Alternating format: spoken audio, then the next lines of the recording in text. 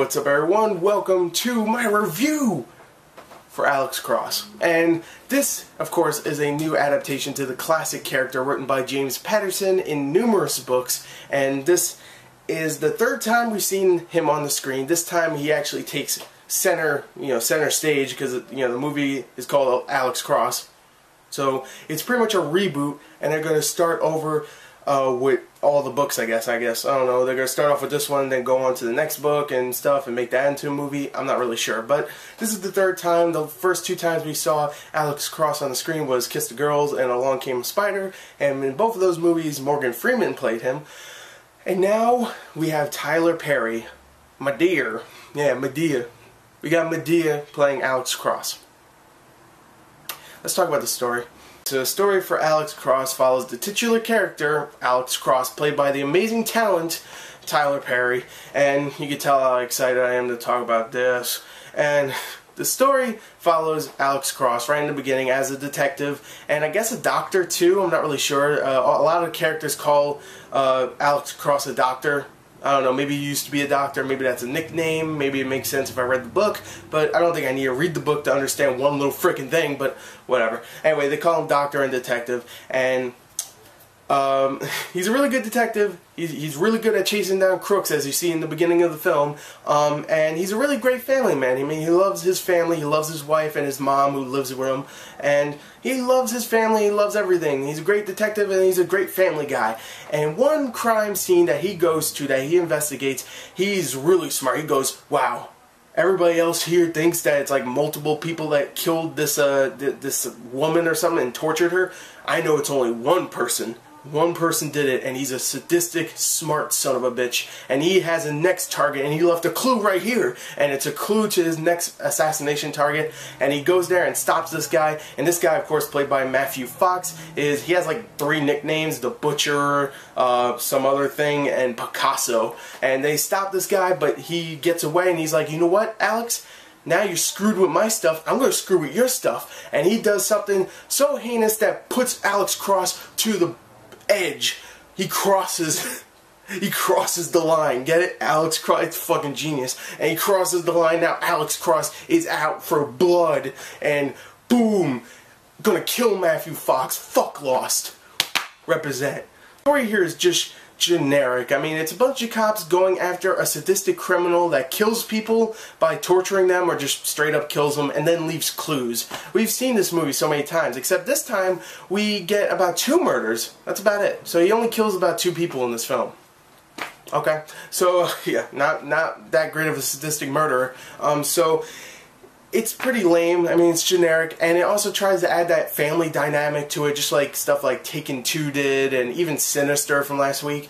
But it really doesn't work here, because Tyler Perry, I'm sorry, you tried. You really did. But if you do not wear a fat suit and try to pretend to be someone's grandma and talk like this, then you're not a good actor. You're not doing a good job when you don't have that fat suit. Because here, whenever he has to emote and talk to someone and actually sound threatening, because there's a lot of times where he has to like, oh, you maggot, I'm gonna come after you. I'm like, yeah, you sound terrible and you're not threatening at all. I mean, you're a tall dude and you probably kill me when you throw me away like that, but you're not threatening. You don't sound threatening. I'm not scared of you. You're just not a good actor. You're not selling this. You're not selling the horrible dialogue. I mean, you're not selling this already terrible dialogue. Your performance is terrible, and mixed with the horrible dialogue, it makes it even friggin' worse. So, yeah, it's just a bad role for him, and he just does not do a good job with it. But again, I could blame the script and the direction, because he tried. He definitely tried. Matthew Fox, who plays Picasso, the insane psychopath that kills everybody, and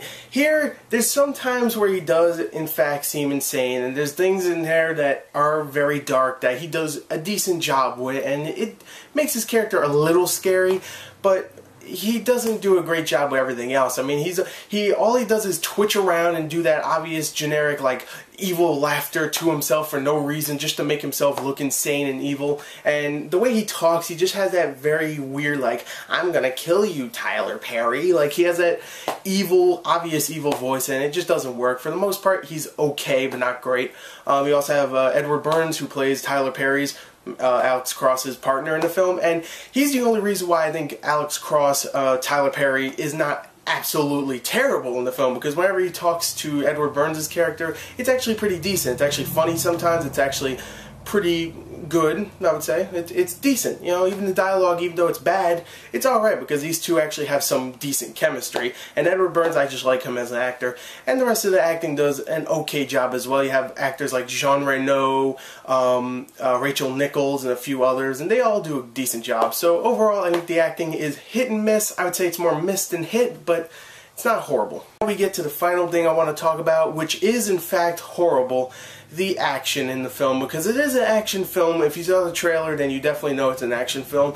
And when it gets to the action, it is some of the worst filmed action I've seen since Taken 2, which is like 2 weeks, but still. Actually, it's worse than Taken 2. If you thought stuff like Transformers and Batman Begins and other things were filmed badly and you couldn't tell what the hell was going on, I can't wait until you see this film, because oh my god, I couldn't tell what the hell was going on, especially with the choreography between Alex Cross versus Picasso. There's a fight at the end, and you see it in the trailer also, and it's so badly filmed, and you can definitely tell that these two do not know how to fight, so they film it so terribly that it looks like they're just like, they're doing the Liam Neeson thing he did in Taken 2, where he's like slowly attacking, but the camera's moving so fast, so it looks like the action's actually really like fucking Jet Li fighting, but no, it's not like that. And the action's horrible, the script is just absolutely terrible, the acting definitely does not help that part, the direction is horrible. Rob Cohen, you should be ashamed of yourself. You are a terrible, terrible director, and I hope you die. Well, no, I don't hope you die.